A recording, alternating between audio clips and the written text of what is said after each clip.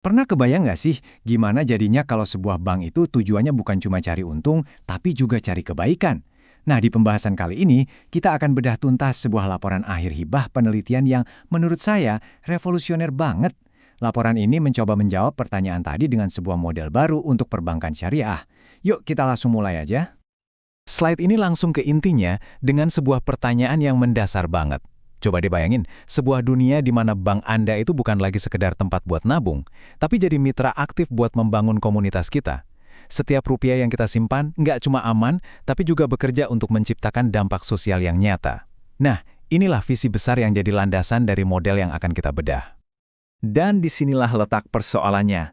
Seperti yang bisa kita lihat, ya ada janji yang besar. Perbankan yang etis, adil, dan berpihak pada kebaikan. Tapi, realitanya seringkali terasa beda kan?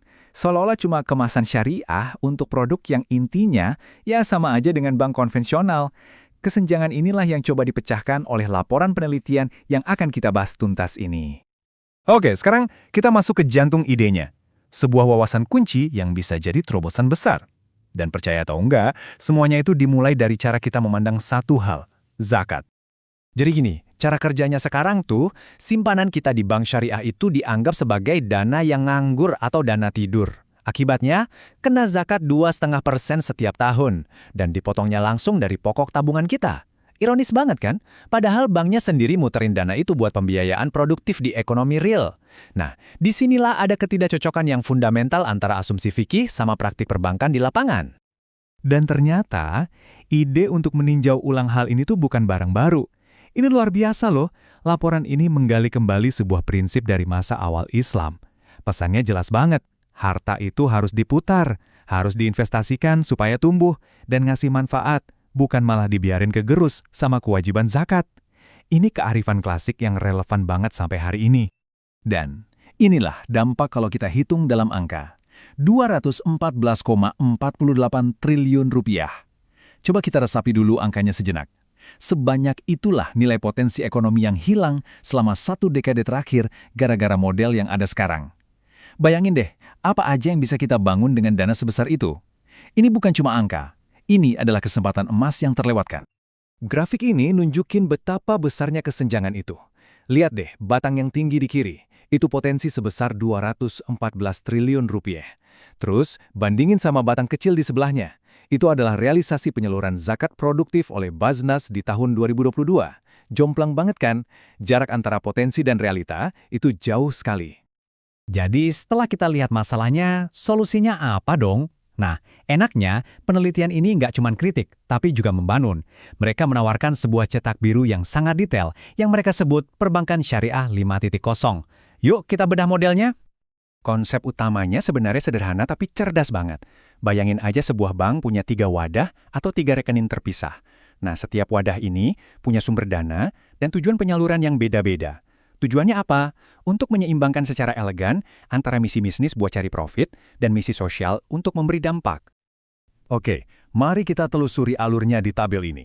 Lapis 1, ini adalah mesin komersialnya bank. Dia pakai simpanan nasabah yang sekarang jadi bebas zakat untuk pembiayaan komersial atau tijarah ke korporasi besar.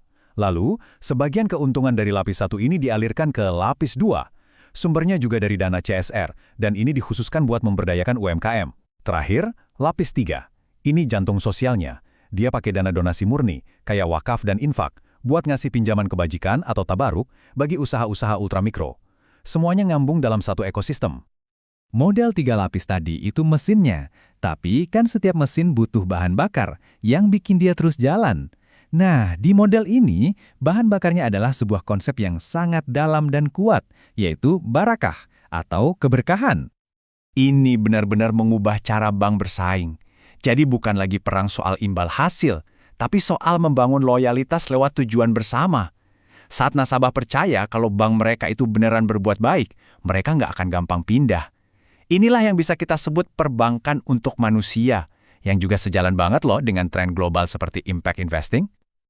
Strategi ini dijalankan dengan kerangka 3P yang praktis banget, mulai dari people, yaitu membangun kepercayaan sama nasabah dan tim internal.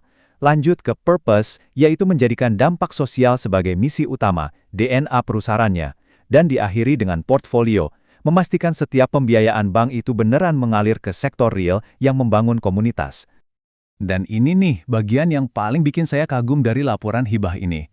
Mereka itu nggak berhenti di atas kertas. Mereka membawa konsep ini dari sekedar teori menjadi sebuah realita yang siap diimplementasikan. Coba kita lihat buktinya. Mereka beneran bikin sebuah platform digital namanya Fala Finance Nexus. Ini bukan cuma slide presentasi ya, tapi sebuah prototipe fungsional yang memungkinkan kita melihat simulasi gimana dana itu mengalir di antara 3 lapis tadi. Ini bikin seluruh konsepnya jadi hidup dan terasa nyata banget. Hasilnya ini benar-benar serius loh, nggak main-main. Selain prototipe, mereka juga sampai mendaftarkan paten untuk kerangka kerjanya. Bahkan, mereka juga udah nyusun studi kelayakan yang super komprehensif, yang, ya pada dasarnya ini bisnis plan lengkap. Jadi ini tuh bukan lagi sekedar wacana akademis, tapi udah jadi cetak biru buat ngebangun bank yang sesungguhnya. Kutipan dari studi kelayakan mereka ini menurut saya merangkum filosofi bisnisnya dengan sempurna. Tujuannya adalah pertumbuhan berbasis nilai. Artinya dengan membawa keberkahan dan dampak sosial, bank justru akan jadi lebih kuat dan lebih berharga dalam jangka panjang. Kebaikan sosial dan kesuksesan bisnis itu bukan dua hal yang bertentangan, tapi justru saling menguatkan. Dan mereka nggak cuma mimpi, mereka punya rencana. Seperti yang kelihatan di slide ini, ada peta jalan 18 bulan yang jelas banget. Mulai dari pengembangan awal, peluncuran proyek percontohan, sampai nanti peluncuran skala penuh. Setiap langkahnya udah dipikirkan dengan matang. Tentu saja, jalan menuju perubahan besar itu nggak pernah mulus. Laporan ini juga dengan jujur membahas apa saja tantangan dan visi ke depan dari model yang luar biasa ini. Saya suka bagian ini karena sangat jujur dan manusiawi. Para peneliti ini mengakui kalau beberapa makalah kunci mereka itu awalnya ditolak. Ini jadi pengingat penting buat kita semua bahwa inovasi sejati itu seringkali harus lewat jalan yang berliku dan butuh kegigihan yang luar biasa supaya bisa diterima. Jadi kita kembali lagi ke pertanyaan awal.